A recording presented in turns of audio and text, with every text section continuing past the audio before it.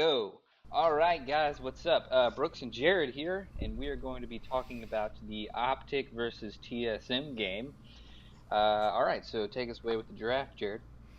All right, so in the first half of the draft, we see that Optic was going to try and ban Bjergsen out by taking down these three roaming mid laners in Azir, Talia, and Galio to set up, which we find at the end of the first round for PoE's Victor pick.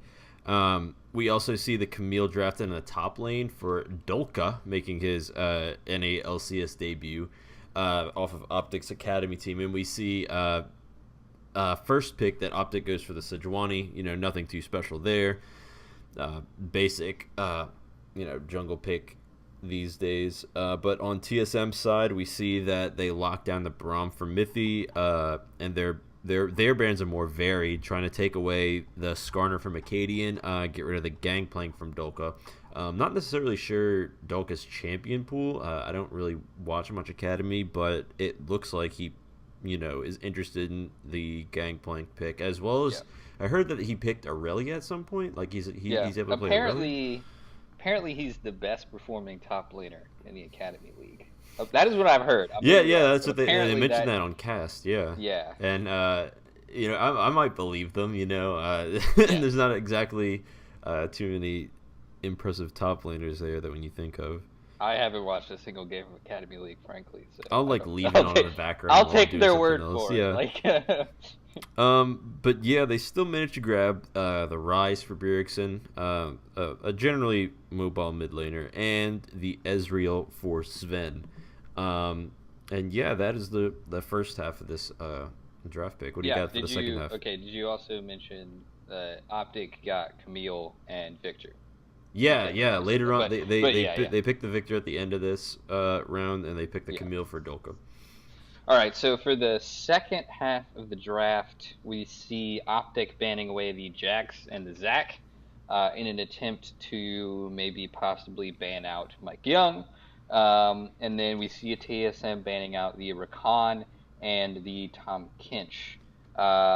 Probably looking to make sure that Optic cannot cash in on the Lovers bot lane with the Rakan Xayah. So probably a good move there. A little bit of a weird ban though.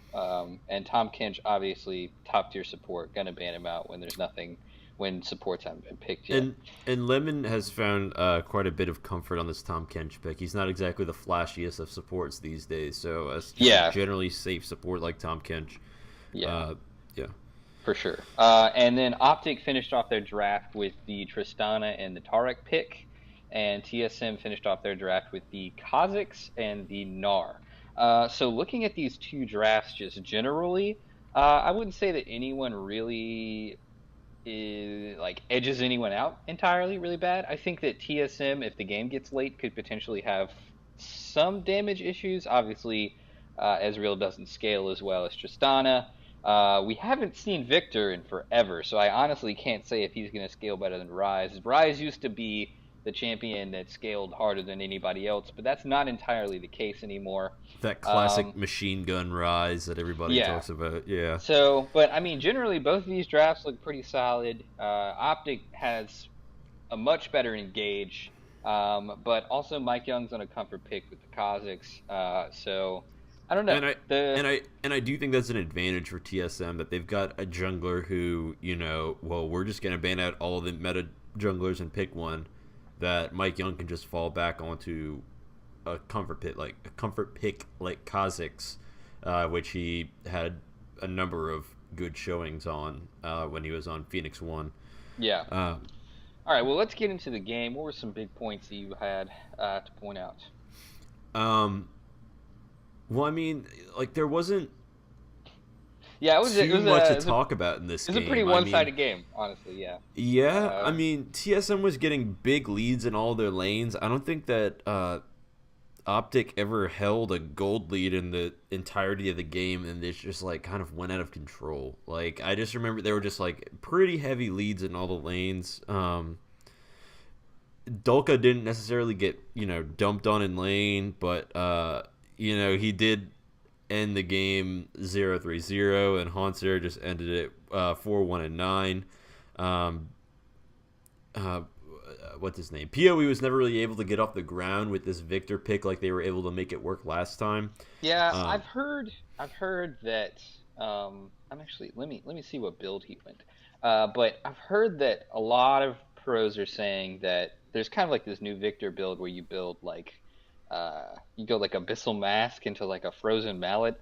He didn't do that, but apparently that's like No, yeah. a lot of people are doing that in solo queue and it's like really slow. But apparently that's like the build for solo queue, but pros aren't doing it in at least North America and LCS. So it's like kind of like if you're not gonna take this build that is apparently really good in a solo queue and a pro play, I mean I can kind of understand that, but if that's the optimal build, it just takes a while. You kind of have to wonder about the validity of the champion in general, at least for pro play.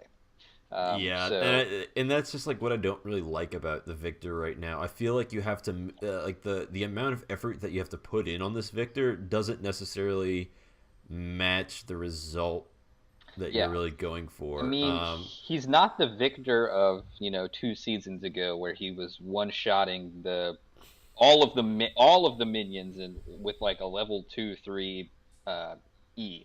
He's not that champion anymore. He is. It takes him like a while to get there, and I think that's what it is. He just kind of goes a little bit too slow. I'm also a little bit skeptical about the Sejuani for Acadian. I think Acadian is in a way. I think he's a little bit in like an Elo hell situation with his team. I think Power of Evil and Arrow are as well. But I think Acadian's very good, and it kind of hurts me to just see him consistently being put onto these tanks. I think if he would have had the Kha'Zix, he maybe would have had a little bit of a better game. So I don't know. I also don't want to blame this loss entirely on Dokla. I know that a lot of people have been saying that. Obviously, Ken was texting us over the weekend saying that it was completely Dokla. They should have put Zig back in this game versus TSM. I can kind of understand that just because the first game that they had Dokla in, they were playing Golden Guardians. Should be an easy win. Was an easy win. But this is TSM. Looks like an easy win on paper when you look at their record, but it's still TSM. You gotta put in the right guys. And But at the I don't same know. time, when they were this far ahead, there were still instances of them getting caught out. Like Yeah. I think there was a dragon fight or something like that where Mm. Haunter just walked into the Hunter face bot lane checked. Yeah. Bush and just face checked it and just got deleted. Like Yeah. I mean, to be fair, it that was was a weird place for Optic to be, though.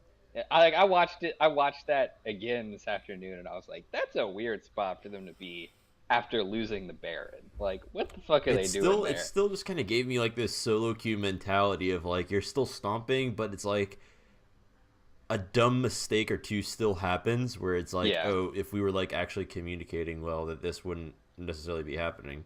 Yeah. I mean, it Um, wasn't. It wasn't a perfect game by TSM by any means. TSM are not playing perfect games. Like, they're not the TSM of the past 2 years. We all know that. Obviously, they won, and it was pretty clean. It was very, very one-sided for like the whole game. But I mean, it wasn't perfect, and so I don't know. TSM still has kinks to work out. Optic, I think this was just a bad showing from them. I mean, yeah, they're a much better team than this. I think they just, I think they just got behind and just were never able to bring it back. So yeah, I think that their only hope is to try to do sort of like what we were talking about with Golden Guardians and find that base, just kind of yeah, give up, not necessarily give up on their top lane, but relegate their top lane to a less heavy carry focus. And once the jungle gets into a place that they can build around, Acadian making plays, PoE making plays, and Arrow, doing and Draven Quadra kills, when then you we look can. at when you look at those three guys, all of those guys have potential to be top three in their role, in my opinion, at least. Power of Evil obviously has shown himself to be a great mid laner. I mean, he showed that at Worlds. Arrow has shown himself to be a great player.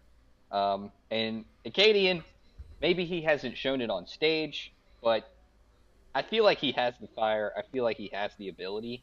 I'm just not sure that he's found the correct situation yet. So I think you're right. I think they need to focus in on that three core right there. Maybe during the off season between splits, they make some changes. Probably a good idea.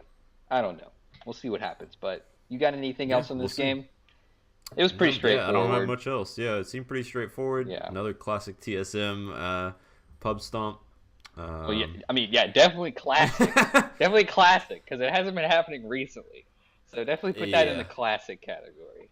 But yeah, it was a good game though. I mean, if you like TSM, go watch this one because you get to see them just shit on another team that's not nearly as good. So it was a nice little morale boost for TSM fans, I guess. Jared and I aren't the biggest TSM Watch fans, this but game, eat your crayons, and drool all over yourself. do those things. All right, well, that was a good game. Yeah, I got nothing left. So thanks for Yep, watching, that's guys. all I got. Peace. All right.